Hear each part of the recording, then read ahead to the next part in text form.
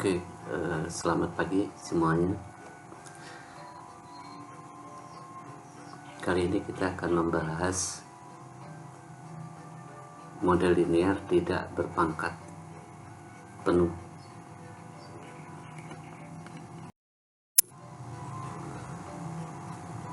Beberapa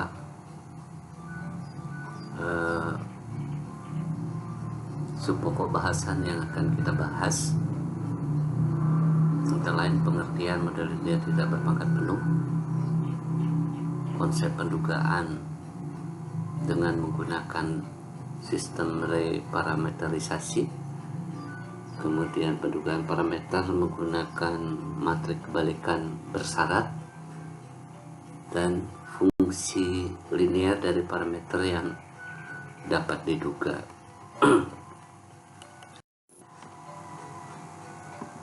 Nah, model linear secara umum itu dapat ditulis Y sama dengan X beta plus epsilon. Y itu adalah vektor berukuran N kali 1, X vektor berukuran N kali K plus 1, beta itu adalah vektor parameter yang berukuran K plus 1 dikali 1 ditambah epsilon itu adalah vektor yang berukuran N kali 1. Nah, ini model linear secara umum yang kita kenal. Nah, model linear ini secara garis besarnya itu dibedakan menjadi dua. Ada yang disebut sebagai model berpangkat penuh dan model tidak berpangkat penuh. Nah, tentunya kedua jenis model ini itu dibedakan berdasarkan pangkat dari X-nya.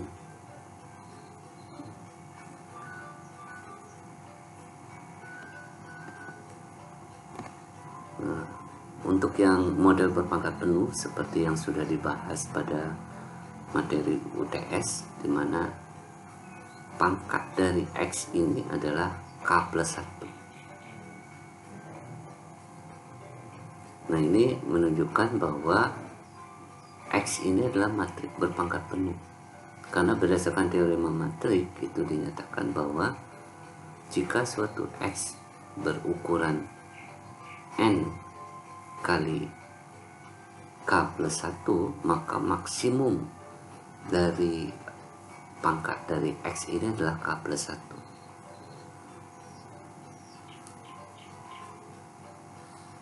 Itu dengan catatan bahwa K plus 1 ini lebih kecil dari N. Maka matrik X itu disebut matrik berpangkat penuh. Nah, tapi dalam model linear, model itu berpangkat penuh atau tidak itu sangat tergantung dari apakah model ini itu bisa memberikan vektor solusi yang unik bagi beta. Nah, kapan solusinya ini unik? Berarti kalau betanya ada sebanyak K plus 1, maka haruslah X itu berpangkat K plus 1. Maka pada kondisi seperti itu disebut model linear yang kita hadapi itu adalah model linear berpangkat penuh. Tetapi kalau pangkat dari X ini kurang dari K plus 1 dan mengakibatkan bahwa solusi dari vektor beta yang kita dapatkan itu menjadi tidak unik, maka pada saat itu model linear yang kita hadapi disebut sebagai model yang berpangkat tidak penuh.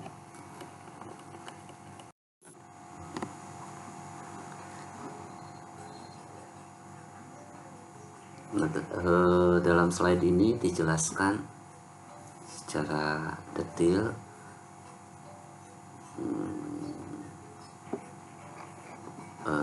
terkait dengan kedua model tersebut. Yang pertama, bila matrik X berpangkat K plus 1, maka matrik X disebut matrik berpangkat penuh. Tapi tetap di sini dengan catatan bahwa K plus 1 ini lebih kecil dari N. Maka akibatnya matriks X aksen X aksen X-nya ini juga akan berpangkat penuh dengan pangkat K plus 1. Dengan demikian, maka X aksen X itu akan memiliki kebalikan, sehingga seluruh parameter beta dapat diduga secara unik. Nah, kondisi inilah yang disebut sebagai model linear berpangkat penuh. Nah, kemudian kalau X-nya itu sendiri berpangkat kurang dari K plus 1, maka matriks X disebut matriks tidak berpangkat penuh. Nah, ini juga tentunya akibatnya matriks X aksen X juga berpangkat kurang dari K plus 1. Kalau dia pangkatnya kurang dari K plus 1, padahal matriks ini berukuran K plus 1 kali K plus 1, maka X aksen X itu merupakan matriks yang singular. Akibatnya X aksen X ini tidak memiliki kebalikan, sehingga parameter beta itu tidak bisa diduga secara unik. Nah, kondisi inilah yang disebut sebagai model linear tidak berpangkat. Nah, kemudian ada beberapa perbedaan antara model berpangkat penuh dengan model tidak berpangkat penuh. Dalam model berpangkat penuh, diasumsikan bahwa parameter dalam model bersifat unik. Sedangkan dalam model berpangkat tidak penuh terdapat tidak terhingga gugus bilangan real yang memenuhi sistem persamaan, atau yang kita sebut sebagai bersolusi tidak unik tadi. Kemudian yang kedua, dalam model berpangkat penuh X aksen X adalah matriks non singular, sehingga sistem persamaan normal X aksen XB sama dengan XY memiliki hanya satu solusi, yaitu B sama dengan X aksen X inverse dikalikan X aksen Y. Sedangkan dalam model tidak berpangkat penuh terdapat tidak terhingga solusi yang memenuhi sistem persamaan linear atau sistem persamaan normal tersebut. Dalam model berpangkat penuh, semua fungsi linear beta 0, beta 1, beta 2 sampai beta K dapat diduga tak berbias. Nah, yang fungsi linear yang dimaksudkan itu fungsi dari beta 0 sampai beta K. Misalnya beta 0 tambah beta 1, beta 1 tambah beta 2, beta 0 tambah beta 1 tambah beta 2 dikurangi beta 3. Nah, itu semua contoh fungsi linear. Nah, sedangkan dalam model tak berpangkat penuh, tidak semua fungsi linear dapat diduga tak berbias, sehingga dalam model tidak berpangkat penuh perlu ditelusuri fungsi linear yang dapat diduga, atau disebutnya sebagai estimable function.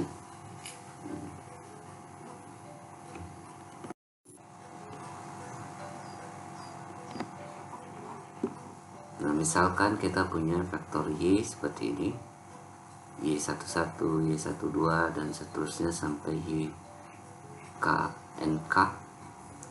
Kemudian matriks X-nya seperti ini 1, 1, 1, ini semua 1, berarti kolom pertama itu 1 yang kita sebut sebagai X0. Sedangkan kolom kedua ini 1 sebanyak N1, sedangkan di luar itu 0. Kemudian kolom ketiga 0, kemudian mulai dari baris ke N1 plus 1 sampai N1 plus N2 itu nilainya 1 semua di sini, yang lainnya 0, dan seterusnya sampai unsur NK terakhir itu unsurnya 1 semua. Nah, matriks seperti ini itu sering disebutnya sebagai matriks indikator. Nah, ini sering dijumpai di model regresi yang melibatkan variabel dummy atau di model-model rancangan percobaan.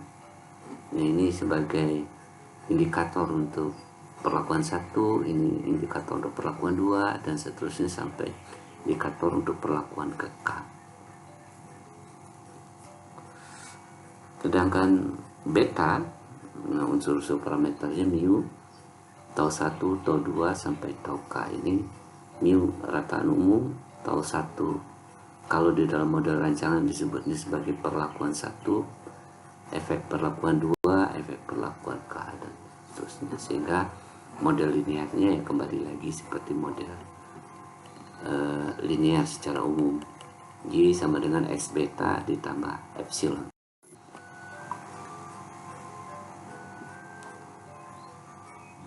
Nah ini keterangannya. Nah sehingga X aksen X itu akan bentuknya unit. Nah karena tadi itu matrik indikator yang isinya satu semua, sehingga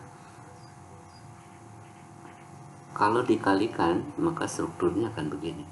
Baris pertama N, N1, N2 sampai NK. Kolom pertama N, N1, N2 sampai NK. Nah sedangkan pada unsur diagonalnya sama N, N1, N2 sampai NK. Nah di luar itu unsurnya adalah 0.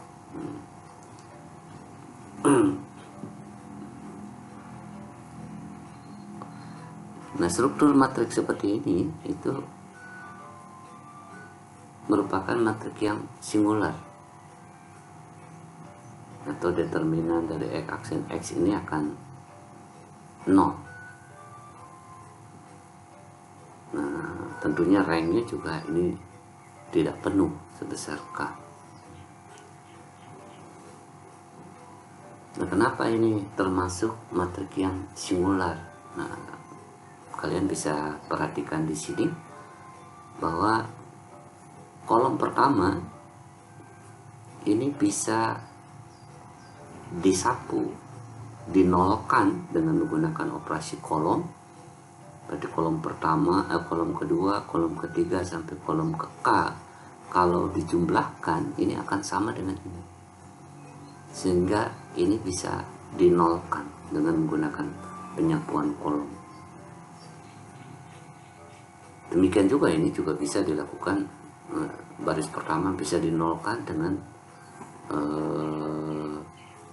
menggunakan baris kedua, ketiga, dan seterusnya sampai baris ke K.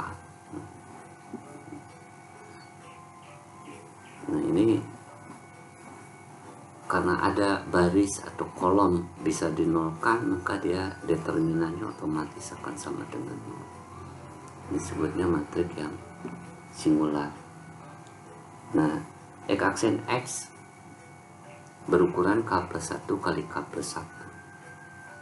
Karena ada satu baris atau satu kolom bisa dinolkan oleh baris yang lain, maka rank dari matrik ini adalah K plus 1 dikurangi dengan satu baris atau satu kolom yang dinolkan, sehingga ranknya menjadi, atau pangkatnya menjadi K.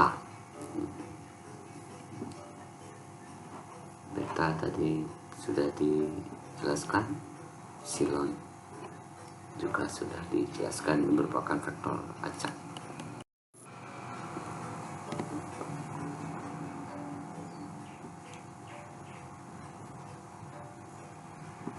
Nah, struktur model linear yang dijelaskan di depan tadi itu sebenarnya merupakan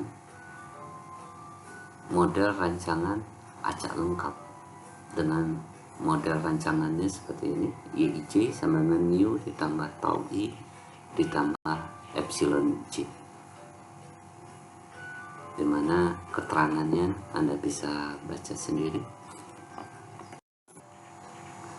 Nah kemudian bagaimana kita menduga parameter dari model linear yang tidak berpangkat penuh? Karena X aksen X tidak memiliki kebalikan. Nah di sini ada beberapa alternatif yang bisa digunakan. Yang pertama itu menggunakan metode reparameterisasi. Nah, metode reparameterisasi ini itu adalah membangun parameter baru yang merupakan fungsi dari parameter yang lama, sehingga itulah yang disebut sebagai reparameterisasi. Nah, tentunya tidak semua model rancangan bisa menggunakan pendekatan reparameterisasi. Ini biasanya khas digunakan untuk model klasifikasi satu arah, atau kalau dalam model rancangan faktor tunggal RAL.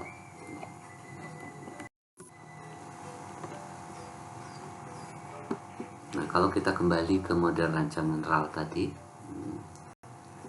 nah di sini kita bisa mendefinisikan satu parameter baru, yaitu mu i itu sama dengan mu ditambah dengan tau i. Nah, sehingga model rancangan tadi YIJ sama dengan mu ditambah tau i ditambah epsilon ij itu bisa ditulis kembali menjadi YIJ sama dengan mu i ditambah epsilon ij. Nah, dengan membuat parameter yang baru ini, banyaknya parameter yang kita cari itu menjadi berkurang. Kalau perlakuannya ada K, berarti kita hanya cukup mencari K parameter saja, bukan K plus 1. Nah, sehingga kalau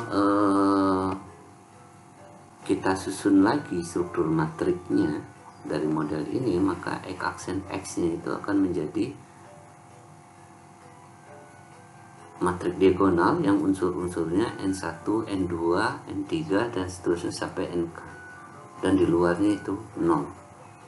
Dan apa hubungannya ini dengan matrik X-aksen X sebelumnya? Matrik X-aksen X ini itu menghapus baris pertama dan kolom pertama dari matrik X-aksen X sebelumnya. Nah, dengan struktur matrik seperti begini, X-aksen X yang merupakan matrik diagonal, ini pasti matrik yang singular, asalkan jangan sampai ada NI yang bernilai 0.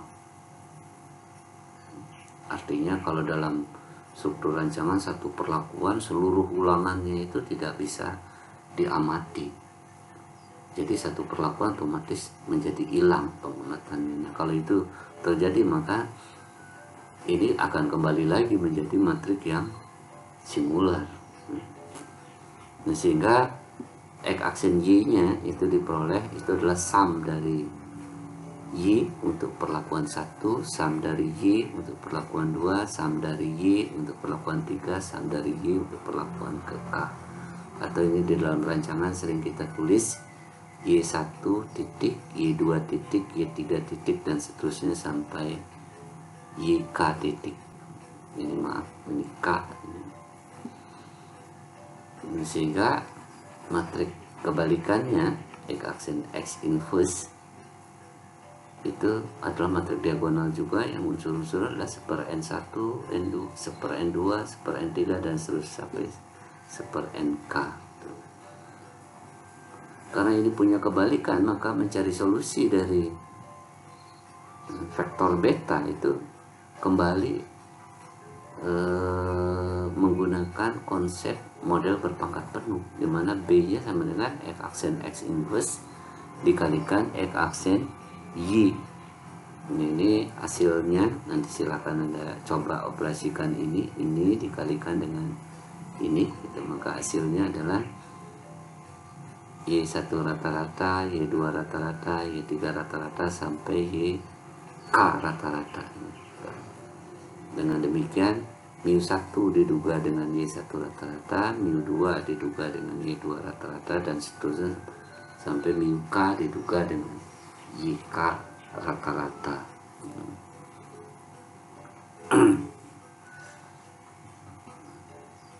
Nah, sehingga konsep dari model berpangkat penuh untuk pengujian, untuk pendugaan ragam galat, itu sama persis seperti model berpangkat penuh. Nah ini sebagai ilustrasi saja gitu. Maka jumlah kuadrat regresi dari pendekatan reparameterisasi ini adalah ini, berarti jumlah kuadrat dari setiap perlakuan setiap perlakuan dikuadratkan, dijumlahkan, dibagi dengan NI.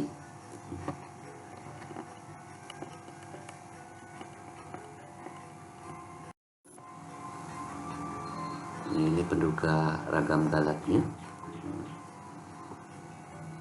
Ini sama seperti di model berpangkat penuh, bahwa ragam galat itu bisa diduga dari jumlah kuadrat galat dibagi derajat bebas.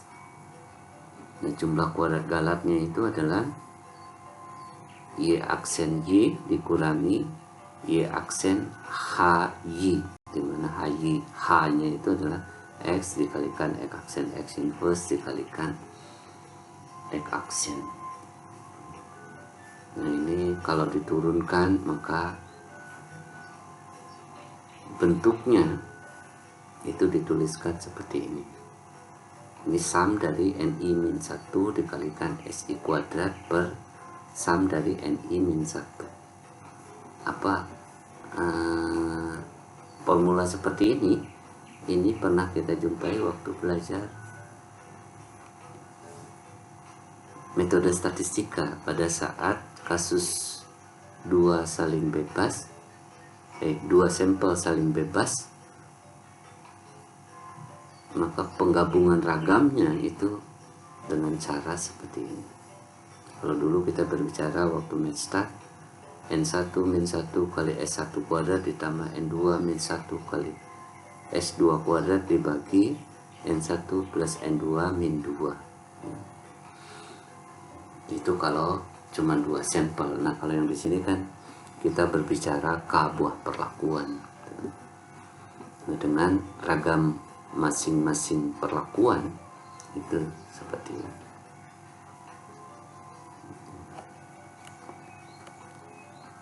Ini adalah ragam, menghitung ragam biasa gitu ya. Berarti kalau kita punya pengamatan sebanyak NI, maka mencari ragamnya adalah setiap pengamatan dikurangi rata-ratanya, dikuadratkan, kemudian dijumlahkan, dibagi dengan ukuran sampelnya NI dikurangi 1. Nah kemudian pendekatan yang kedua yang bisa kita lakukan dalam mencari solusi dari matrik model linear berpangkat tidak penuh itu dengan menggunakan matrik kebalikan bersyarat, conditional inverse. Nah ini bagaimana mencari matrik kebalikan bersyarat pada waktu pelajaran aljabar matrik dan pada review matrik di pertemuan-pertemuan awal. Pak Macik sudah menjelaskan secara rinci tentang bagaimana mencari matrik kebalikan. Nah, di sini saya akan mengulang saja secara cepat. Perhatikan, berarti kalau kita punya n buah persamaan dengan p parameter yang tidak diketahui, nah, sistem persamaannya bisa dituliskan dalam bentuk AX sama dengan G, dengan matrik A berukuran n kali P, kemudian vektor X berukuran P kali 1, vektor G berukuran n kali 1.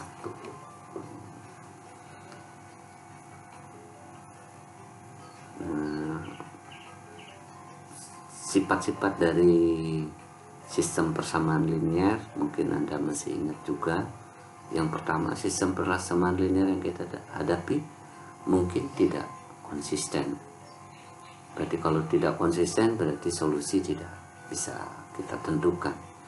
Kemudian bisa juga sistem persamaan linear yang kita hadapi itu konsisten, tetapi solusinya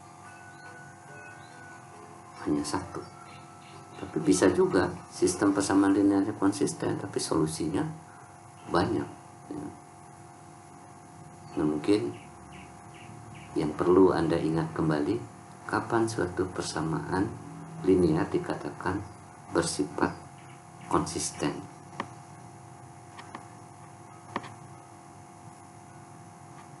Nah, di sini kuncinya adalah rank dari A dan Q-nya. Berarti kalau rank A gandeng Q itu sama dengan rank A, maka persamaan linear itu disebutnya bersifat konsisten.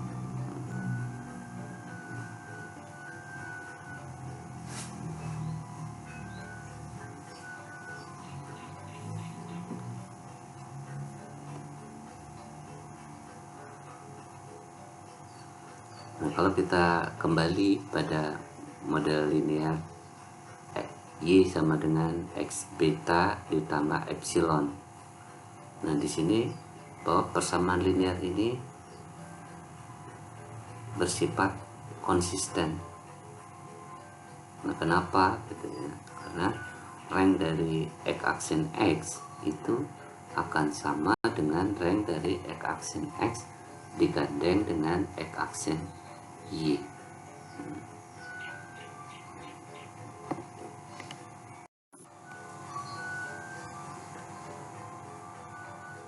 Nah, kemudian apa itu matrik kebalikan bersyarat?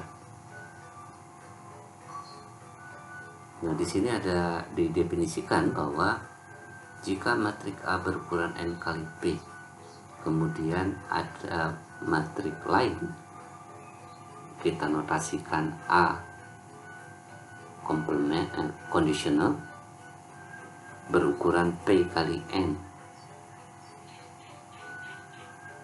maka apabila terpenuhi A sama A dikalikan A conditional dikalikan A sama dengan A, maka matrik A conditional disebutnya sebagai matrik kebalikan bersyarat untuk matrik A. Jadi kuncinya di sini ya. Berarti kalau A ini dikalikan dengan A kondisional dikalikan A ini sama dengan A, maka A kondisional ini disebutnya sebagai matrik kebalikan bersyarat dari A. Nah, terkait dengan matrik kebalikan bersyarat ini ada beberapa teorema. Nah, ini nanti Anda baca dengan cermat. Nah, di sini juga pembuktiannya sudah disertakan. Itu sebagai latihan Anda di rumah gitu, untuk belajar. Nah, kemudian algoritma dari matrik kebalikan bersyarat, atau ini matrik kebalikan bersyarat ini ada juga di beberapa buku menyebutkan matrik kebalikan umum. Nah, di sini namanya umum berarti matrik kebalikan untuk sembarang matrik. Nah, itu bisa menggunakan algoritma seperti ini. Berarti jika A itu matrik berukuran n kali P dengan rank sebesar R, untuk mencari sebuah matrik kebalikan bersyarat atau matrik kebalikan umum, itu bisa dilakukan dengan 5 langkah. Yang pertama, tentukan sembarang matrik minor M berukuran R kali R yang non singular. Nah, tentunya ini mungkin akan ada banyak sekali matrik minor yang berukuran R kali R yang non singular. Nah, setelah ini Anda tentukan salah satu matrik minor yang non singular, Anda cari kebalikan dari matrik yang bersangkutan, kebalikan traditional inverse, kebalikan biasa, kebalikan tradisional. Nah, kemudian matrik kebalikan ini Anda putar. Nah, kemudian langkah ketiga, ganti matrik M yang Anda ambil pada tahap pertama tadi di dalam matrik A tadi dengan M inverse yang telah diputar. Nah, kemudian di luar dari unsur ini itu diisi nol semua. Ini Anda kerjakan pada langkah keempat. Setelah Anda isi nol, nah kemudian matrik tadi Anda putar. Anda putar, kemudian hasil putarannya itulah yang kita sebut sebagai matrik kebalikan umum atau matrik kebalikan bersyarat dari matrik A. Nah, ini ada beberapa sifat kebalikan bersyarat. Yang pertama, A conditional kali A dan A kali A conditional ini adalah matrik idempotent. Nah, ini tentunya dengan mudah Anda bisa tunjukkan apakah ini benar atau tidak, itu dengan menggunakan apa itu definisi dari matrik idempotent. Jika A matrik idempotent, maka haruslah A kali A itu sama dengan A. Nah, berarti kalau demikian, kalau ini disebut idempotent, maka A conditional kali A dikalikan A conditional kali A haruslah sama dengan A. Nah, kemudian yang kedua, rank dari A conditional itu sama dengan rank dari A conditional dikalikan A, yaitu R. Nah, ini mungkin Anda perlu ingat kembali teorema di dalam matrik bahwa rank A kali B itu adalah minimum dari rank A atau rank B. Nah, di sini rank dari A itu adalah R. Nah, rank dari A conditional, nah karena tadi rank A conditional itu adalah unsurnya adalah matrik minor yang berukuran R, di luar itu 0, maka rank dari A conditional ini juga R, sehingga minimum dari R dan R itu adalah ya R.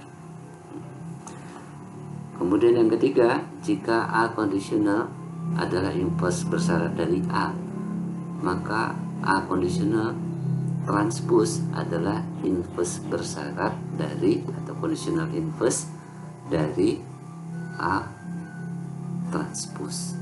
Ini mungkin nanti Anda silakan dicoba-coba penurunannya, apakah Anda bisa menunjukkan ini. Nah, kemudian yang keempat, A sama dengan A dikalikan A transpose kali A kali conditional dikalikan dengan A transpose dari A, dan A transpose ini sama dengan A transpose dari A kalikan A dikalikan dengan A transpose kali A conditional inverse dikalikan A transpose.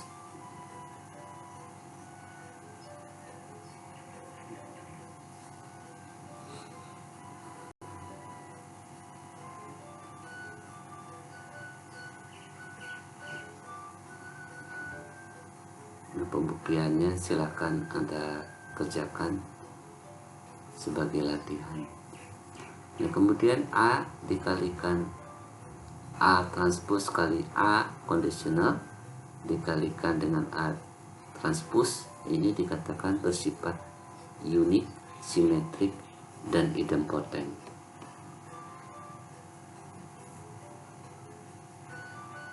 Nah, pengertian unik di sini berarti besarannya tidak berubah dengan pilihan matrik bersyarat dari A aksen A. berarti karena ini itu matrik tidak berpangkat penuh, berarti kan matrik minor yang bisa digunakan bisa macam-macam. A aksen A kondisional ini akan berubah-berubah. Nah, tetapi hasil dari perkalian ini itu akan unik. Nah, itu yang disebutnya bersifat invarian, nilainya tidak berubah, atau dia disebut stabil.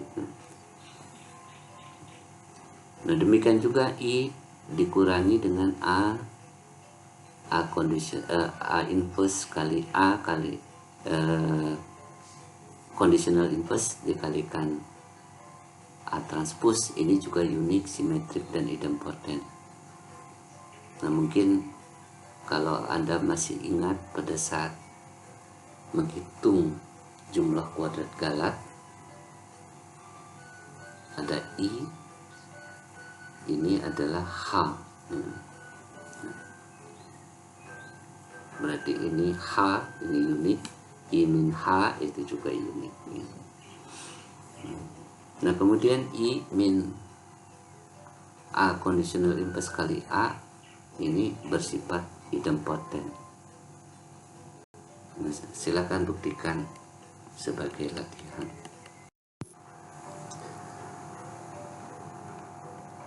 Oke, bagaimana kita kemudian mencari solusi dari sistem persamaan linier AX sama dengan G?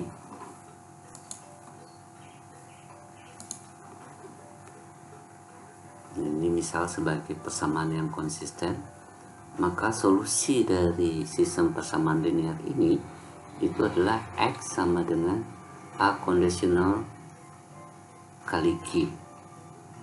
Nah, dimana A kondisional ini adalah matrik kebalikan bersyarat untuk matrik A.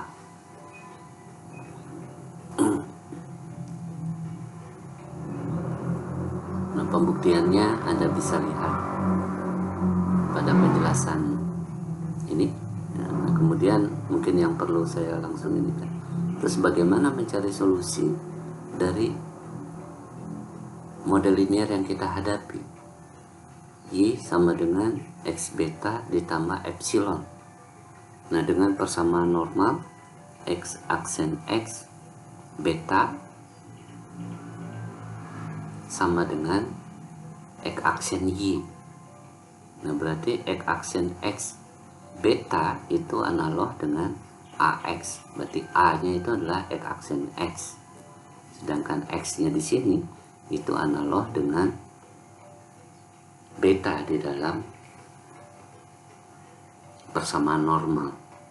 Sedangkan G-nya itu adalah X aksen Y. Nah, berarti menggunakan teorema ini berarti mencari solusi dari betanya itu bisa dicari dengan menggunakan B sama dengan X aksen X kondisional dikalikan X aksen Y. Nah, ini merupakan solusi dari persamaan normal X aksen X B sama dengan X aksen Y. Nah, kemudian ada teorema lain yang menyatakan bahwa solusi umum dari AX sama dengan G itu bisa dituliskan X0 sama dengan A kosinus G. Berarti ini adalah salah satu solusi, ditambah dengan I min A kondisional kali A dikalikan Z. Nah, bentuk seperti ini disebutnya sebagai solusi umum. Berarti untuk menuliskan seluruh kemungkinan solusi dari AX sama dengan G. Nah, dalam solusi umum ini vektor Z itu merupakan vektor sembarang.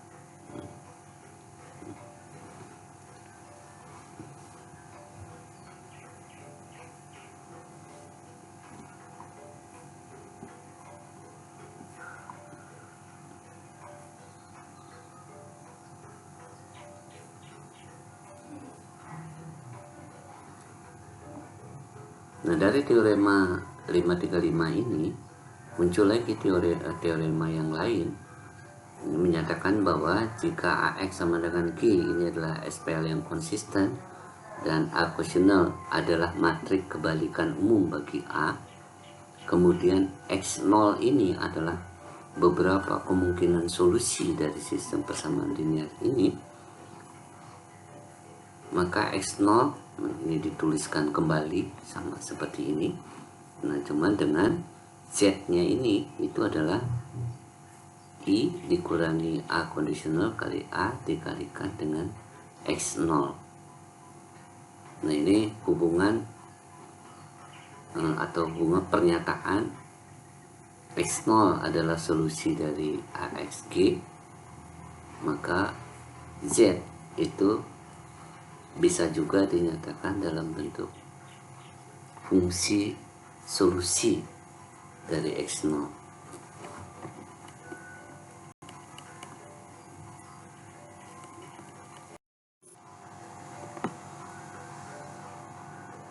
Oke, selanjutnya kita akan masuk pada apa yang dimaksud dengan fungsi yang dapat diduga, atau ini sering kalau di dalam buku dinyatakan sebagai estimability, fungsi yang dapat diduga. Nah, di sini didefinisikan bahwa yang disebut sebagai fungsi beta yang dapat diduga. Nah, ini sini dimisalkan fungsi beta itu adalah T aksen beta ini dapat diduga jika ada sebuah vektor C, vektor sembarang, sehingga harapan dari C aksen Y-nya ini haruslah sama dengan T aksen beta.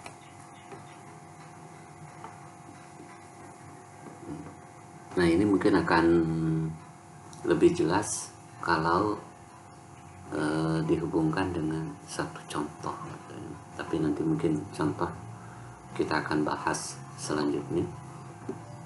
Nah, tapi yang perlu kita pegang pertama, suatu fungsi T aksen beta dikatakan estimable, maka haruslah ada C, sehingga harapan dari C aksen Y itu akan sama dengan fungsi dari T aksen B beta.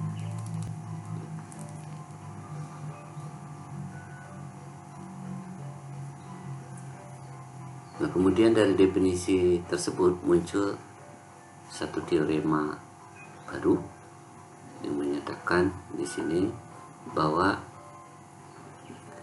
T aksen B beta ini dapat diduga ketika ada solusi dari X aksen X, Z ini sama dengan T. Nah, tentunya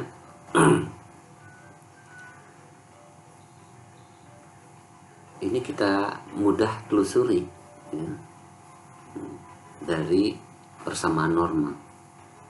Nah, persamaan normal dari Y sama dengan X beta itu adalah X aksen X beta sama dengan X aksen Y. Nah, berarti kalau kedua sisi kita kalikan dengan Z aksen, berarti Z aksen X aksen X beta itu sama dengan Z aksen X aksen Y. Nah, berarti kalau kita ambil hanya bagian pertamanya saja, Z aksen X aksen X beta itu sama dengan T aksen beta, sehingga haruslah Z aksen X aksen X itu sama dengan T aksen, atau X aksen X Z itu harus sama dengan T.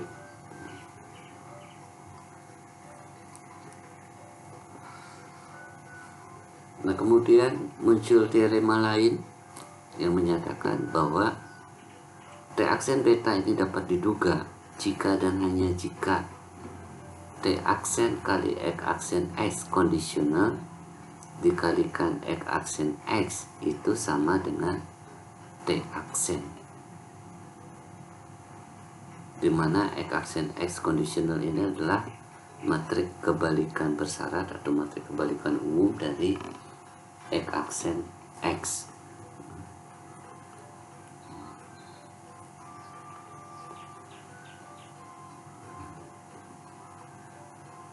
Ini Anda coba telusuri lebih lanjut, apakah Anda bisa membuktikan bahwa kalau T aksen beta itu dapat diduga, maka haruslah T aksen X conditional X aksen X ini sama dengan T aksen. Nah, itu Anda nanti bisa telusuri lebih lanjut dengan memanfaatkan apa yang sudah saya sebutkan atau jelaskan dari persamaan normal tadi. Tinggal Anda teruskan, maka Anda akan bisa mendapatkan ini.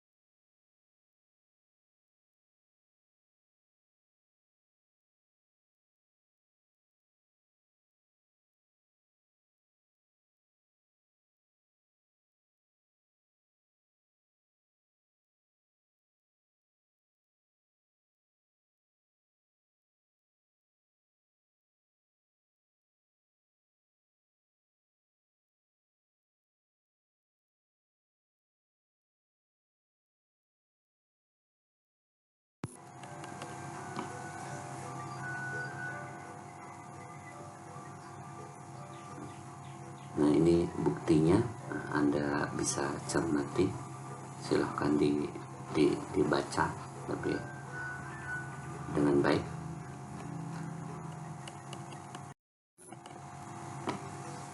Oke, kita masuk ke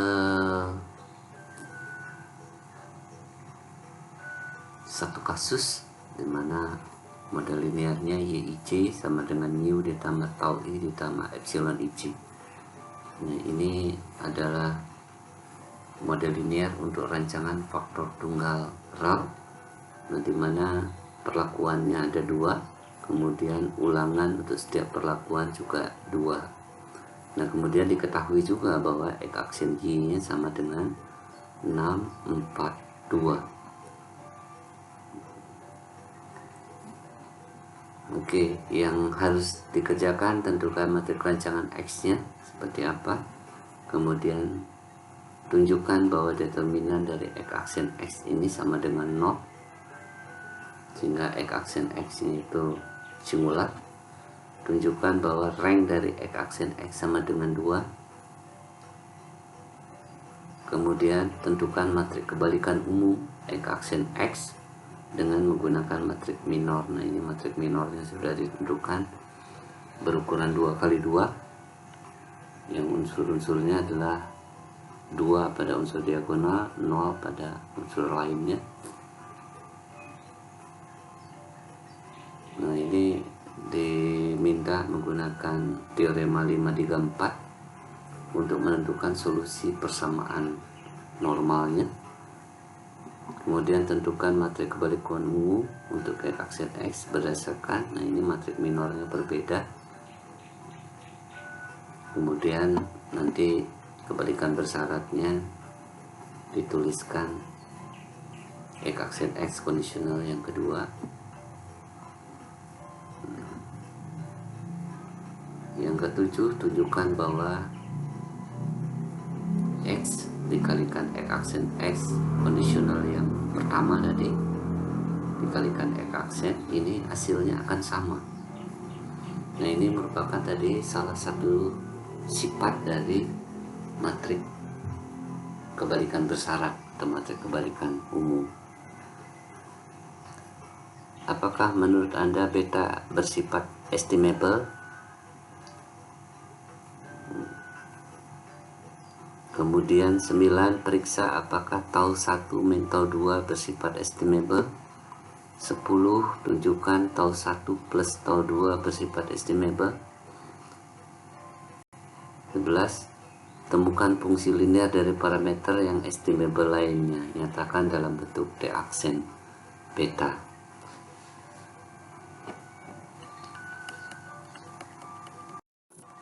Nah, untuk menjawab ini sudah saya jabarkan detail jawaban untuk masing-masing pertanyaan sebelumnya. Silahkan Anda baca dan cermati dengan baik. Oke, demikian materi untuk hari ini. Mudah-mudahan bisa dipahami dan dimengerti dengan baik. Kalau ada pertanyaan,